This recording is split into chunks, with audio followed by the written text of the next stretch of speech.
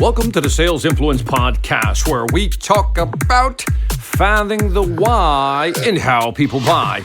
I'm your host, Victor Antonio. Thank you for joining me again. Always excited to have you as my listener. Anyway, today I want to talk about something I've discussed in the past, but I just want to go just a little deeper, maybe give you a little twist. You're going to love this. Let's put this under the topic of decoys and getting people to buy more. That's what I'm going to talk about. Now, let's take a step back. In my past podcasts, I've mentioned, based on studies, that if you offer somebody two options in a proposal, two options, let's say one's at $500, let's say one's at $300, that the majority of people will choose the cheaper option, the less expensive option. Why? Because the brain is a risk mitigating machine. The brain always chooses to reduce risk when it's uncertain or uncertain of what it really wants. Now, if you have a relationship with a customer, maybe you can upsell them to the higher price. But if you don't know somebody and you're dealing with a company for the first time, you may want to just, I'll buy the smaller option now. And then if I like it, I'll upgrade later on. That's how the brain works. Now, in order to get people to buy that option, the $500 option, what you might want to do is insert a higher priced option, now offer them three. So now instead of just $500 versus $300, maybe you add a $700 option.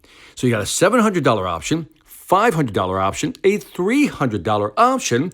And again, the brain being a risk mitigating machine will probably say, you know what, that one up there is too expensive at $300 might not be enough, and let's go with the one in the middle.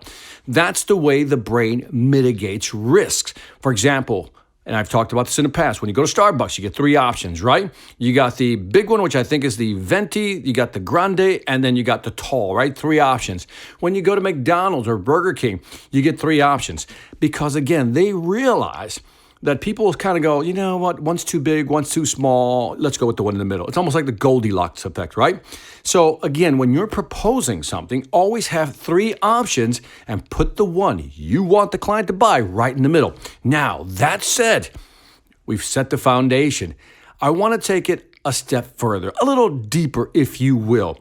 So National Geographic did an interesting study, and if you go on YouTube and you type in National Geographic popcorn, experiment, you'll find what I'm about to talk about. And it's interesting, in this experiment, they did a popcorn test at a theater, and they had a $7 option and a $3 option. Now, it should come as no surprise that the majority of people said, I'll just take the small one, $3. And that makes sense, right? The brain is reducing risk. Says, why pay $4 more? I don't even know if I'm going to eat all that popcorn. I'm going to go down to the $3 one. So people bought the $3 option. Now, if we stick a $5 option in there, the majority of people will drift right into the middle, right? Now, they didn't do that part of the study, but I assume that that's what would happen. If I put a $5 option between a 7 and 3, people go, I'll go with the one in the middle. So here's the question. Now, we can get people to buy the small one. That's the easy one. If you have a $7 and a $3, the majority will go for the small one. And if we put a $5 option, we can probably succeed at selling that as well. 7, 5, 3, and let's go with the $5 option. But how about if we want people to buy the $7 option? How should we price it? Well, in this experiment, they used something called decoy pricing. And so here's what they did. They inserted a middle option, but it was closer towards the $7. In other words, it was at $6.50. So they had a $7 option, a $6.50 option, and then all the way down to $3. Now, what was interesting that the immediate response is maybe you'll look at the $3, but then immediately the person shifted to the $6.50, right? Let's go towards the middle. But then, as you'll see in the recordings, when you watch the video, you hear people saying things like, for 50 cents more, I could just get the $7 option. Why don't I just do that? Right, for 50 cents more. That's the rationalization. That's their thought process. So when they looked at the three options, they went right at the $6.50, forgot about the $3, thinking it might not be enough, and then all of a sudden it became a debate whether they should spend another 50 cents or not. Now, how can you apply this in the real world?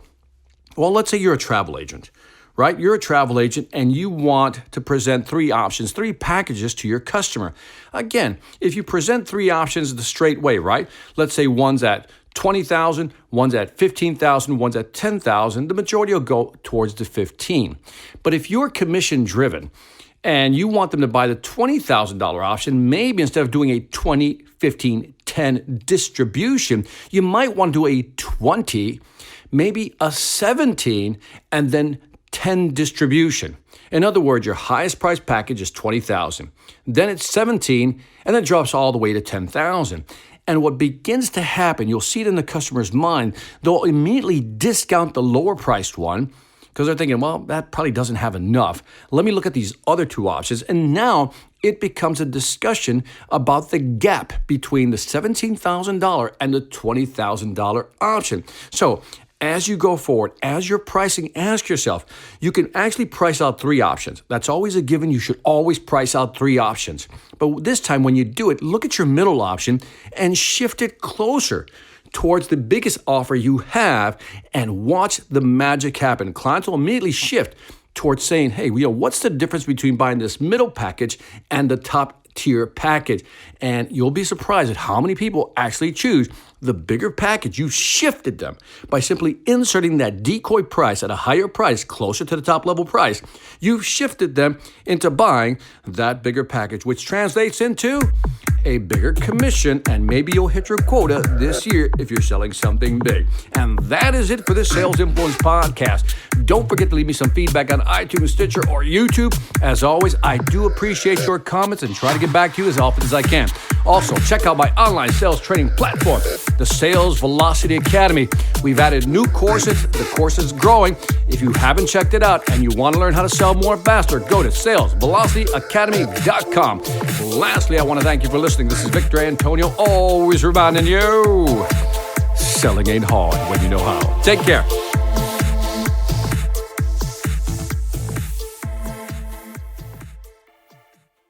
Hi, I'm Victor Antonio. I'm an author, sales trainer, and keynote speaker. I'm often asked, what makes a great speaker? Is it someone who delivers real content that the audience can use? Is it someone who engages the audience so they're part of the learning experience? Or is it someone who can motivate an audience to push them beyond their comfort zone and discover new abilities? The answer is yes. But the most important thing to remember is that I'm not there to look good. I'm there to make my client look good. Simply put, it's never about me, and it's always about them.